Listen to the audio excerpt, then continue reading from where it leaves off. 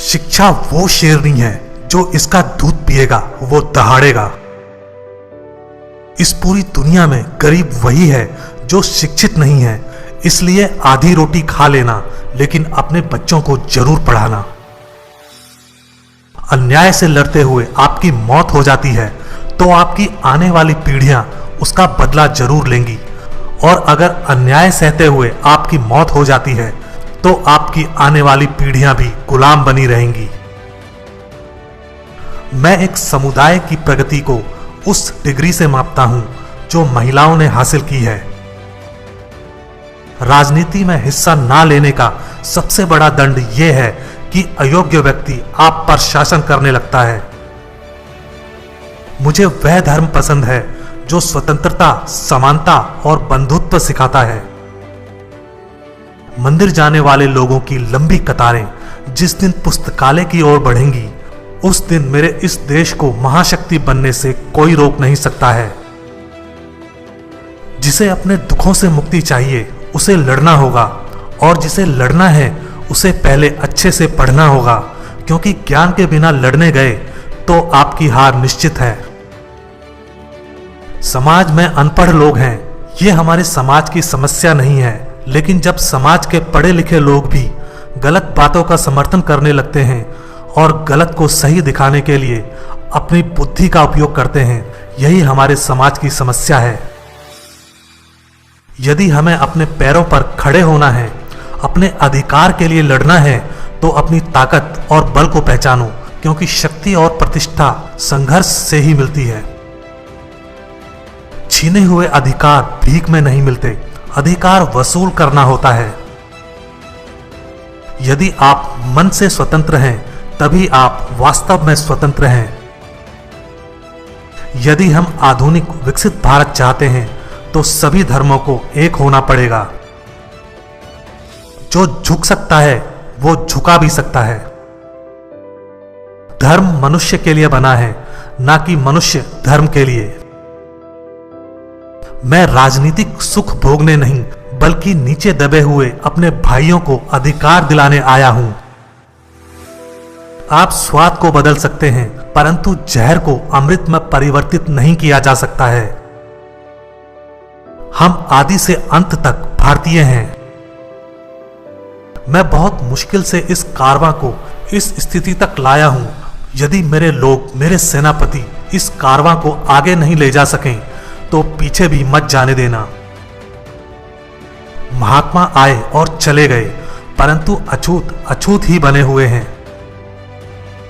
वर्गहीन समाज गढ़ने से पहले समाज को जाति विहीन करना होगा। वे इतिहास नहीं बना सकते जो इतिहास को भूल जाते हैं। मनुष्य नश्वर है, उसी तरह विचार भी नश्वर हैं। एक विचार को प्रचार प्रसार की जरूरत होती है, जैसे कि एक पौधे को पानी की, नहीं तो दोनों मुरझाकर मर जाते हैं।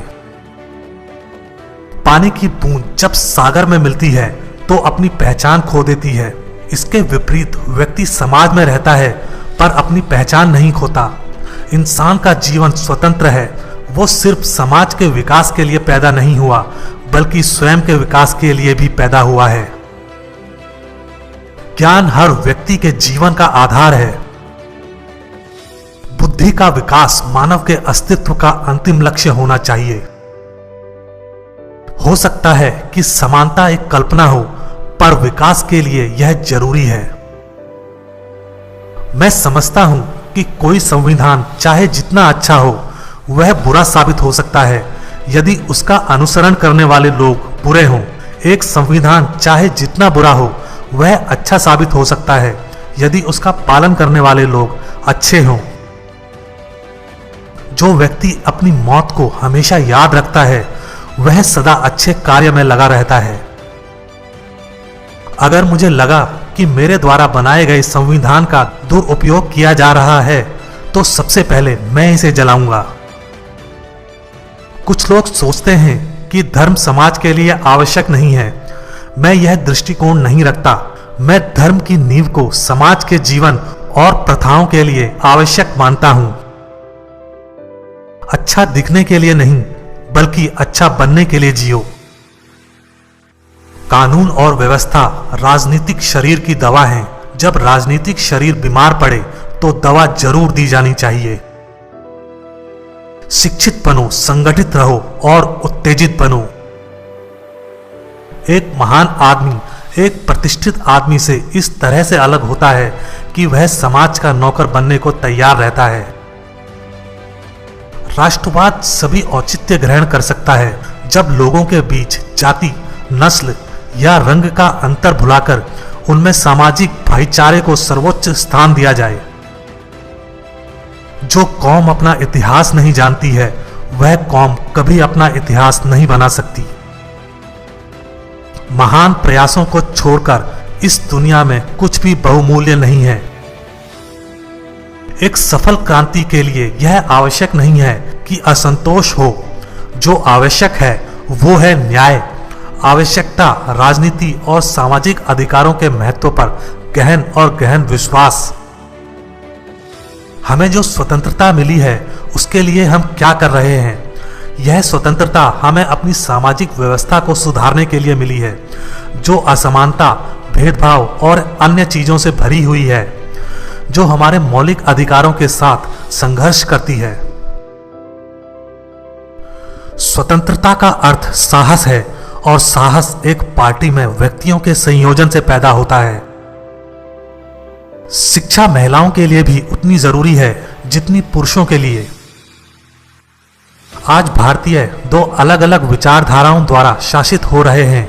उनके राजनीतिक आदर्श जो संविधान के प्रस्तावना में इंगित हैं, वो स्वतंत्रता, समानता और भाईचारे को स्थापित करते हैं और उनके धर्म में समाहित सामाजिक आदर्श इससे इनकार करते हैं।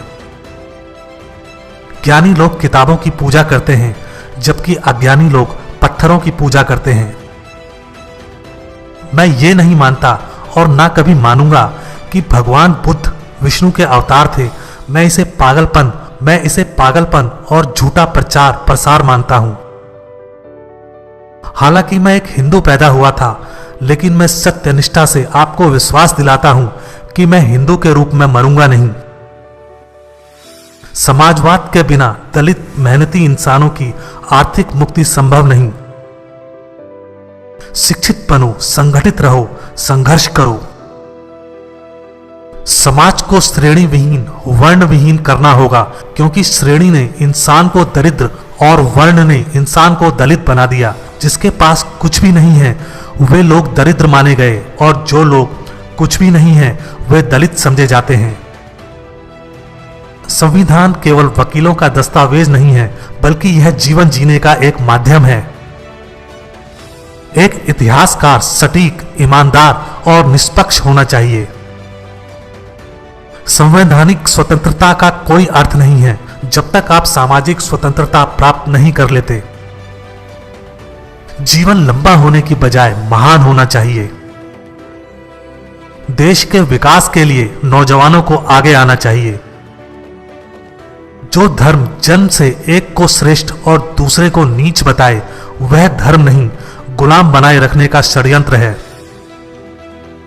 यदि हम एक संयुक्त, एकीकृत आधुनिक भारत चाहते हैं तो सभी धर्मों के धर्म ग्रंथों की संप्रभुता का अंत होना चाहिए।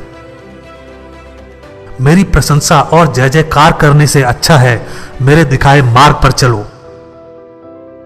भाग्य से ज्यादा अपने आप पर विश्वास करो।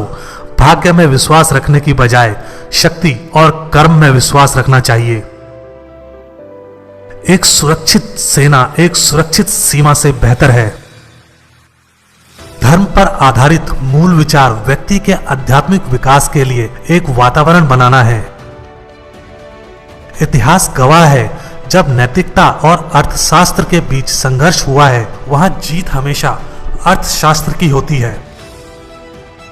हमारे संविधान में मत का अधिकार एक ऐसी ताकत है जो कि किसी ब्रह्मास्त्र से कहीं अधिक ताकत रखता है। निहित स्वार्थों को तब तक स्वेच्छा से नहीं छोड़ा गया है जब तक कि मजबूर करने के लिए पर्याप्त बल न लगाया गया हो।